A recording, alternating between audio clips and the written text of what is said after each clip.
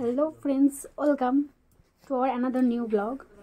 তো তোমাদের আগের দিন লাস্ট শেয়ার করেছিলাম আমরা জম্মু স্টেশনে আমরা পৌঁছবো, আর কিছুক্ষণের মধ্যে বা পৌঁছে গেছি। তো তারপরে আমরা মাঝে একটা দিন জম্মুতে ছিলাম। তো এটা সেই জম্মুর যে হোটেলে ছিলাম সেখানে এটা ছিল সকালের টিফিন, ছিল ছোলে বাটুরের সঙ্গে ছিল ছোলার ডালনা আর ছিল একটা টক মিষ্টি আচার।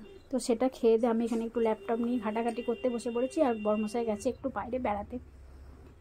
তো ল্যাপটপ নিয়ে ঘাটাঘাটি করা হয়ে গেল। তো তারপরে এই দেখো আমি এখন বসে বসে একটু রেস্ট নিচ্ছি, আর ওইদিকে মা দেখছে বাইরের সুন্দর দৃশ্যটা।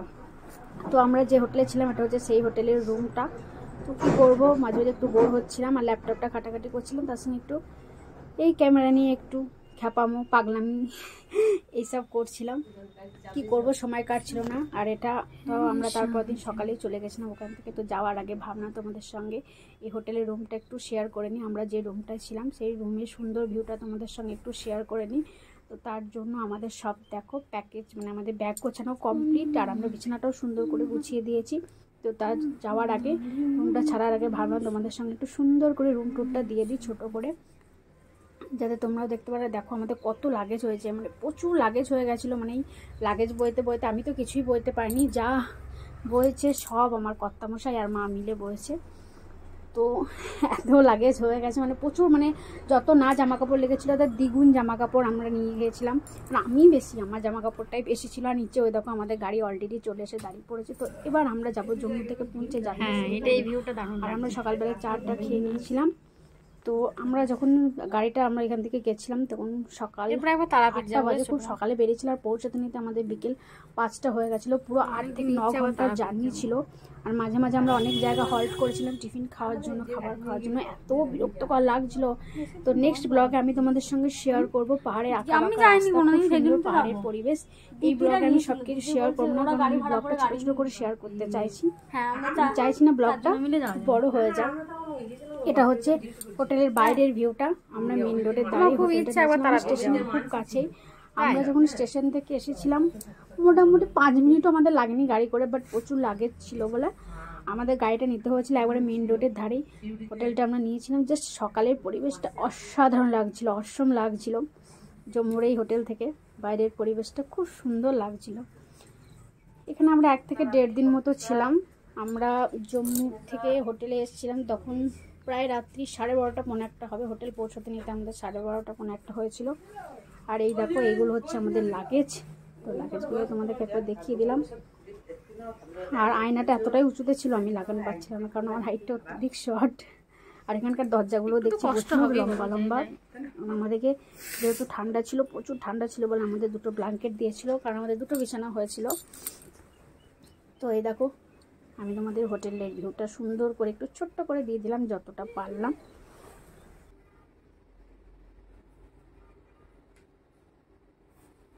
তো তারপরে এখানে আমরা সবাই আস্তে আস্তে রেডি হয়ে নিচ্ছিলাম, কারণ আমাদের সকাল সকাল বেরোনোর ছিল। তাও আমরা সকাল সকাল বেরিয়ে ওখানে পৌঁছেছিলাম প্রায় 5টা সাড়ে 5টা। এটা ছিল হোটেলের রুমের আলমারি। এই আলমারিতে কারোর কিছু ছিল না, শুধু কর্তামশাইয়ের জিনিসপত্র ছিল। কর্তামশাইয়ের জামা টামা এগুলো ছিল। আমরা সেরকম কিছু রাখিনি, আমরা ব্যাগ থেকে বার করে নিয়েছিলাম আর ব্যাগেই সব ঢুকিয়ে দিয়েছিলাম। এখানে ছোটো মা রেডি হচ্ছে, আর এই যে আমি এখনও নাইটি পরেই ঘুরে ঘুরে বেড়াচ্ছি, রেডি হইনি, কারণ একটা রেডি হয়ে সবাই মিলে একসঙ্গে আমি এখানে কি বলছিলাম ভুলে গেছি, ঠিক মনে নেই। আর আমার প্রচণ্ড ঠান্ডাও লেগে গেছিলো। তো এই দেখো এটা হোটেলে আমরা যেটা একদিন ছিলাম সেই দিনে দুপুরের টিফিন ছিল, মানে দুপুরের খাবার, মানে লাঞ্চ যেটাকে বলে। তো সেটা অর্ডার করা হয়েছিল, হোটেল থেকেই অর্ডার করেছিলাম। দেখো কতটুকু ভাত দিয়েছে। আর এখানে যা জিনিসপত্রের দাম, আর এই থালা দুটো আমরা হোটেল থেকে চেয়ে নিয়েছিলাম। আর আমরা এখানে কি একটা চিকেন অর্ডার করেছিলাম, আফগানি চিকেন। আফগানি চিকেন, চিকেনটার নাম মনে আছে আফগানি চিকেন। কর্তামশাইয়ের খেতে ফেভারিট, খাবো বলে আমাদের জন্য অর্ডার করেছিল। আমি খুব এক্সাইটেড ছিলাম, বাট চিকেনটা খেয়ে অতটা ভালো লাগেনি, ঠিক মিষ্টি মিষ্টি। আর পুরো সাদা, দেখেছো আফগানি চিকেনটা পুরো সাদা ছিল, মানে পুরো গ্রেভিটা ঠিক পোস্ত আর দইয়ের ছিল, মানে টক মিষ্টি ভাব। খুব একটা ভালো লাগেনি, বাট খেতে হয়েছিল যেহেতু টাকা দিয়ে কিনা, নষ্ট করা যাবে না। আর এখানে প্রচুর খাবারের দাম ছিল, প্রচুর হোটেলে আছে, মানে ঠিক কত নিয়েছিল মনে হয়, বাট আমার এইটুকু মনে আছে খাবারের দাম প্রচুর ছিল, তাই আমরা নষ্ট করিনি। 3 দিন মিলে ভাগ বটরা করে খেয়ে নিয়েছি। আর এখানে খাবারটা সার্ভ করে দিচ্ছিলো বরমশাই সবাই খাবারটা দিয়ে দিচ্ছিলো। এটা ছিল আমাদের সেই দিনের দুপুরের খাবার। আর এটা ছিল রাতের ডিনার। দেখো কর্তামশাইকে আমি বলেছিলাম রাতে আমার জন্য, আমার খেতে খুব ইচ্ছে করছিল।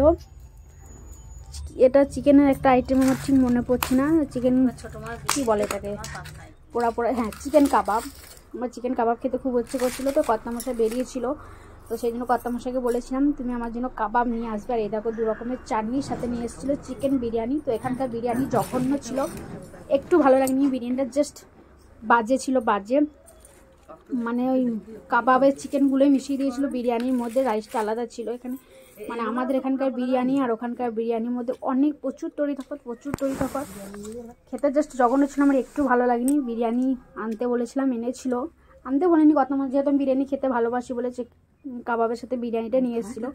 তো কাবাবটাই আমার মোটামুটি খেতে ভালো লেগেছিলো, বিরিয়ানিটা জাস্ট বাজে লেগেছিলো। এই দেখো বিরিয়ানি কালারটা দেখো, এত ফুড কালার দিয়েছে বিরিয়ানিতে। তো চলো আজকের মতো টাটা বাই বাই, ফিরে আসবেন নেক্সট ব্লগে খুব তাড়াতাড়ি। ততক্ষণ ভালো থেকো, সুস্থ থেকো আর আমাকে ভালোবাসা দিতে থাকো।